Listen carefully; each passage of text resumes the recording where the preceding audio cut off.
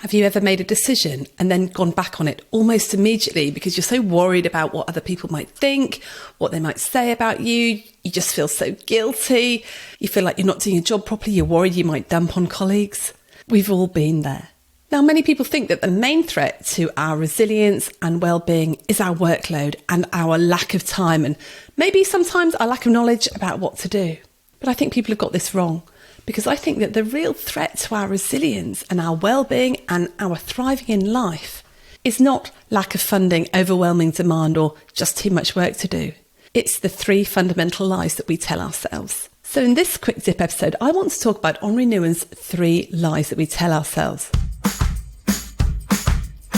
A couple of months ago, I was delivering a course down in Cornwall. I was staying in Truro at Epiphany House.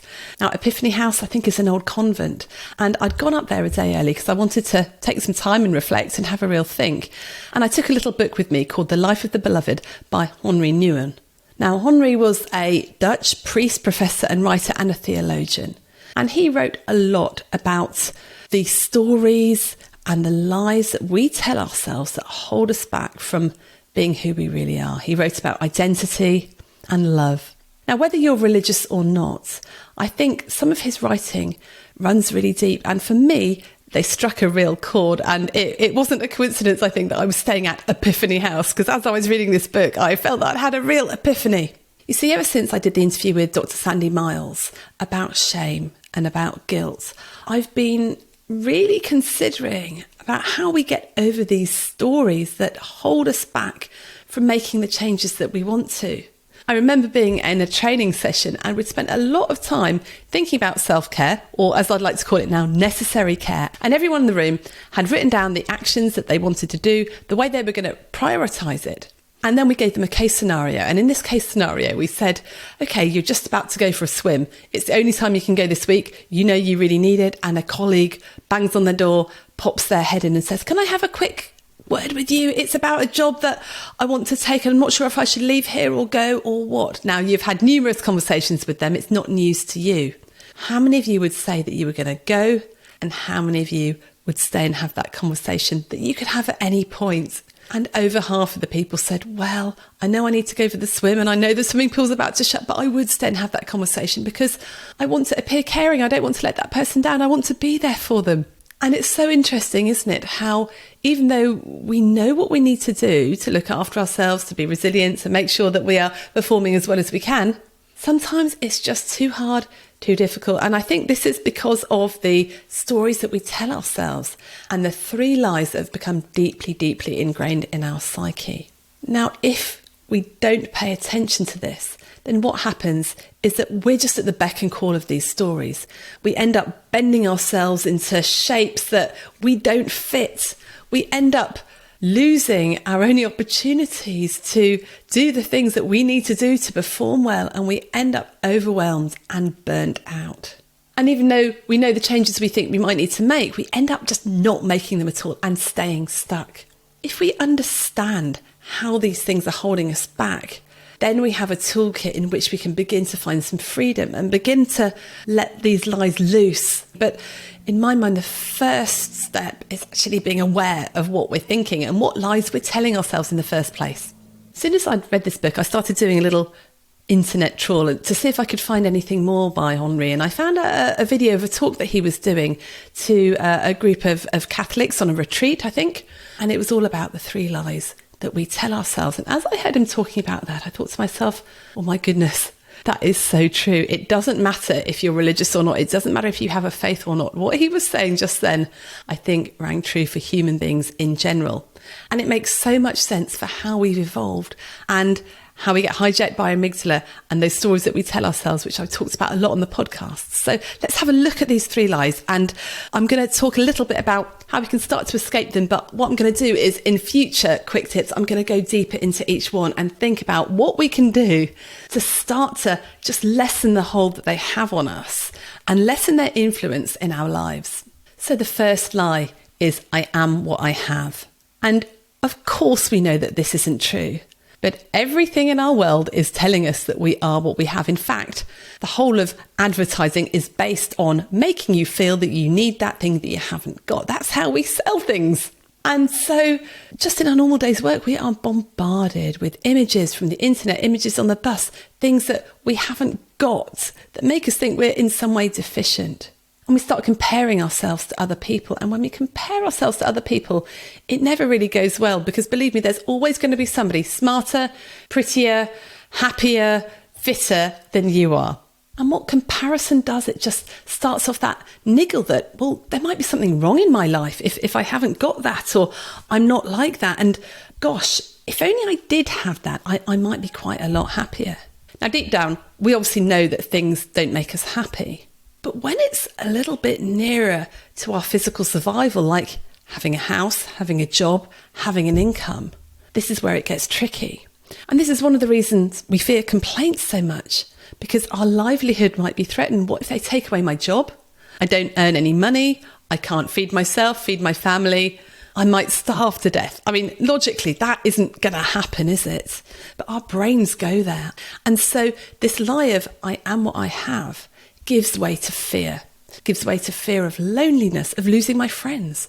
Gives fear of losing my possessions and not being able to exist in this world in a comfortable way, and can actually turn into a physical threat. And we all know that if we are threatened physically, we go into our fight, flight or freeze response, our inner chimp will come out, and we don't behave very well, do we? And we tell ourselves all sorts of very difficult stories. So the lie, I am what I have, just leads to a lack of contentment, a striving for more, a fear of loss, a fear of complaints, and keeps us stuck, doesn't it?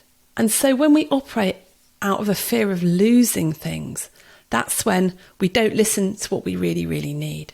One way out of this is to think about what we're grateful for. Because I've heard it said that the opposite of anxiety is not peace, it's gratitude. And it's very difficult to be anxious about things, about losing stuff, if you're also focusing on being grateful for things. That those two can't take up the space in your brain. That's why people say that keeping a basic gratitude journal can be really, really helpful. So writing down 3 things every day that you're grateful for, it literally starts to rewire your brain. And side note, they did a study. They put some students in a room and made them play Tetris all day, which I guess isn't that much different from what a lot of students do anyway. After a week or so, they let these students out into the world, and all that the students could see was blocks falling from the sky. And if they were in a city, they were starting to think about, well, how did the skyscrapers tessellate with the other buildings? And they were just seeing things in blocks because that is what they had been focusing on. So if you start to focus on what you're grateful for, then you'll be moving away from focusing on what you haven't got or what you might lose and the anxiety that goes with that. How many times have you made a decision because you're worried about losing something? That if I don't, then actually in the future this might happen, when you don't actually want to do it. When you run your own organisation like me, I worry about turning things down because I think, well, what if they never ask me again because I've said no? What if I lose this or I lose that, or I don't have enough funds to run the business and pay for the podcast editing and be able to produce this stuff? And don't get me wrong, these are real concerns. But when that is what's motivating our decision, it never ends well. So I am what I have is one of the lies that leads to fear and that leads us to holding on to stuff, making bad decisions. The way out is gratitude, which will lead to contentment. Now, as I said before, I'm going to be looking at this in more detail, but I just wanted to get to grips with these 3 lies to start off with. Now, the second lie that Henri Nouwen said that we say to ourselves is, I am what people say about me. And in fact, I did hear on a recent podcast, there was somebody talking about this and he said, he got this a little bit wrong. I don't believe that I am what you say about me. I believe that I am what I think you say about me. And that's right, isn't it? Because mostly we don't hear what people say about us. Mostly it's behind our backs, it's to other people. We don't ever hear it.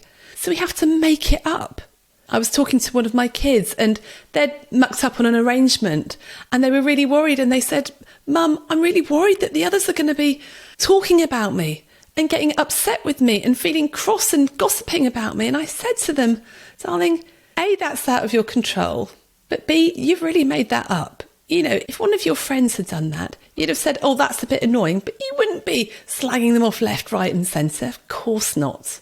often we go to the worst, don't we? And we know that our amygdala makes us go and believe the worst things, because when you're trying to detect a threat, it's much better to think that there's a tiger hiding behind every pillar and every tree than there isn't, because that will keep you safe, but it won't keep you happy.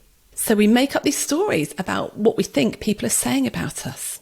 And sometimes we do hear things that people say about us.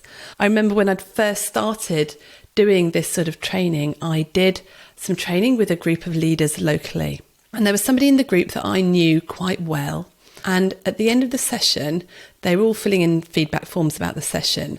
And I saw that they'd written a particular feedback form. Now, when we collected the feedback forms in, I knew which one it was. And they had written some really hurtful things, actually.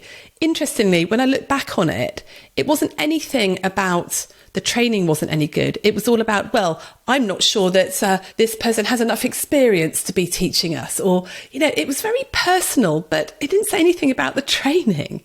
Now, when you start training, when you start doing stuff, you're not going to be that good to start off with, because you've got to practice.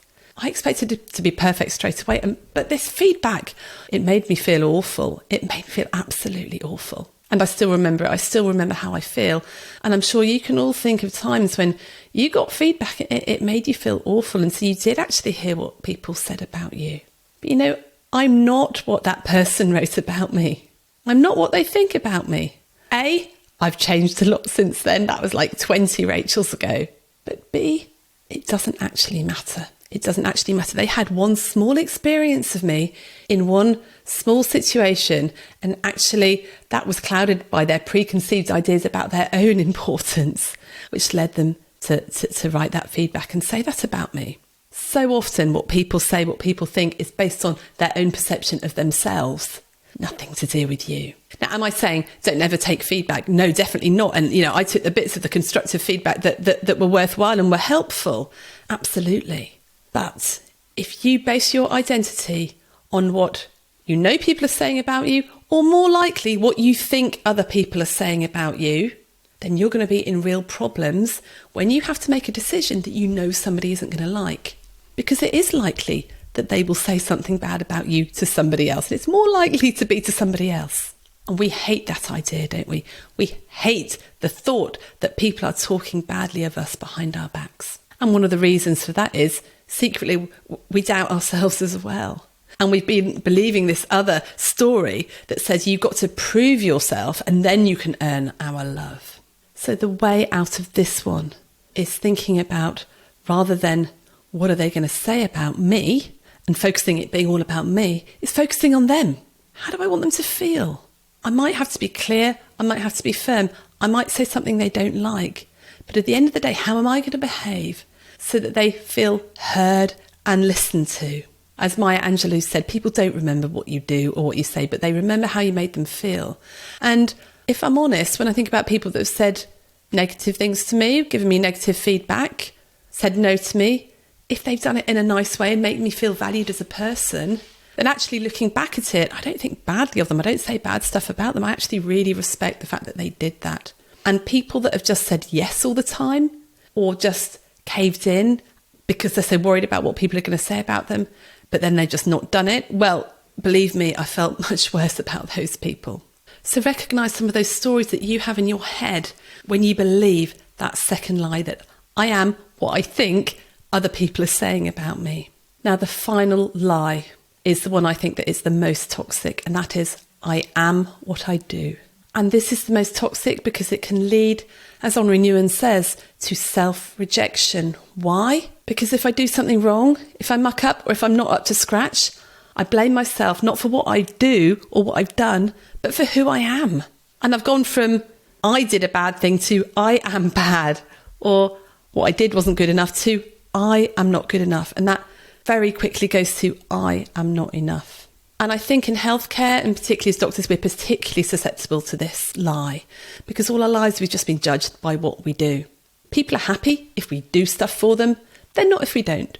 They're happy if we achieve what we need to achieve, if we pass our exams and we get the grades that we need and we win the prizes. But if we don't, maybe we're not so great. We've always been judged by our output, and people come to us for what we can do for them. But consequently, we end up wearing our pants outside our trousers and being a little bit of a superhero and denying our own needs, denying our own human limits. We find ourselves in perfectionism, that everything has to be totally perfect and we're never allowed to fail at anything. Because if what I do isn't quite good enough, that means I'm not quite good enough. And if I fail, then I have failed myself, me. It's my identity that's completely caught up in what I do.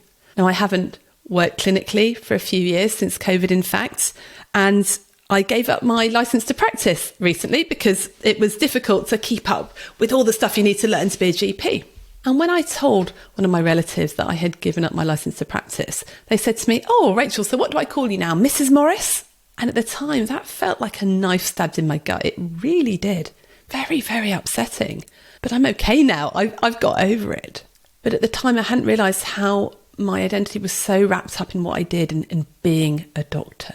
And if you think about what a doctor's supposed to do, always supposed to be there, always supposed to help, can never get it wrong, always has to be a very upstanding pillar of society, can't say anything outrageous. It's there in black and white in the duties of a doctor. Now, I'm not saying don't do these things, but we need to have a bit of self-compassion. And when we fall short of our own internal standards, let's just look at where we failed and learn from it, rather than going into the toxic shame spiral that we can go into. And I've done a podcast on that, so check that out. We'll put the link in the show notes. So this lie, I am what I do, is the most toxic one, and it will keep us the most stuck because we are our own worst enemy in this. The stories that we tell ourselves that I always have to be perfect will stop us from limiting our work. It will stop us from saying no to opportunities that we don't want to do. It will stop us from saying no to helping people or over helping people. It will cause us to get into the hero mode and rescue people and try and fix it even when we can't fix it, and it's never going to work. And it will cause us to be over responsible and just take all that responsibility for stuff we cannot control and we have no hope of changing. And that is a very anxiety inducing place to be. And at the end of the day, we end up feeling shame. We end up feeling ashamed because we just think, I'm just not good enough. Now, what's the way out of I am what I do? And this is a tricky one. And if you've got any ideas, please let me know. A few things I've picked up along the way is, number one, don't have all your identity in what you do for a job. Because then if something goes wrong, if you get a complaint, if you have to leave, if you get unwell, what's your identity then? You've got all your eggs in one basket. So this idea of having multiple identities, and I've talked about this before, is really helpful. So I'm a mum. I'm a former GP, I'm a podcaster, I'm a trainer, I'm a friend, I'm an allotment person, flower grower, what else? I'm a dancer very badly. All these different things. What do I love doing? So multiple identities can be really, really helpful. And getting into your opposite world, and Nick Petrie was talking about the opposite world, which is a really, really good antidote to burnout, by the way. But I think if you have an opposite world that is nothing to do with what you do as a day job, that can be really, really helpful. So I have really enjoyed learning how to grow flowers. I've been just started doing it. I had no idea how to do it, and most of them have died and been eaten by slugs. But pottering around in the garden is so different to what I do during the day that it really helps me just think, well, I have more identity than just what I do as a podcaster, a trainer, a doctor. And there are some truths that we need to start to imbibe, which might help loosen the roots of the lie of I am what I do. And the first truth that I found helps as a bit of an antidote is your life is more precious to other people than what you do. If you stopped working, they would replace you, believe me, very quickly. But you are irreplaceable as a friend, as a parent, as a sister or brother, as a partner. You're irreplaceable. You as a human being. You are valuable as a human being. Not just for what you do. I'm going to say a cliche now, apologies. You're a human being, not a human doing. And you don't need to earn your well-being or your rest by being a good girl or being a good boy. You don't need to earn it. You deserve it because you are human, and humans deserve to thrive on this planet. I really believe that. You don't need to earn your well-being. That is a prerequisite of performing well. You don't need to earn your rest. You need to rest to be a decent human being. Do you get this? Some of you need to hear this because we've got into this habit that I don't really deserve an evening off. I don't deserve a lunch break. I haven't worked hard enough to take an afternoon off. Rubbish. Rubbish. You don't need to earn your well-being, your rest, or your breaks. You are here to enjoy life. And you are loved. You are loved by people. You are loved by the universe. And if you have a faith, you are loved by the divine presence in the universe. And I believe that if we let these truths sort of marinate within us, then we can start to escape these three toxic lies of I am what I have, which lead to fear and anxiety. I am what I think people say about me, which just leads to guilt if I can't please everybody all the time. And the final, most toxic one of I am what I do, which leads to shame when I'm not good enough and leads me to thinking I am not enough. So believe me, and some of you, if you need to hear this, maybe write this down. You are enough as a human being, even if you didn't do another day's work in your life. Now, I'm not saying that wouldn't cause problems, but that's enough. Now, I know not everybody's seen Barbie, but my favourite point is when Ken is in his new sweatshirt. I am Knuff. I am Knuff. Makes me laugh. It's also a very good sweatshirt.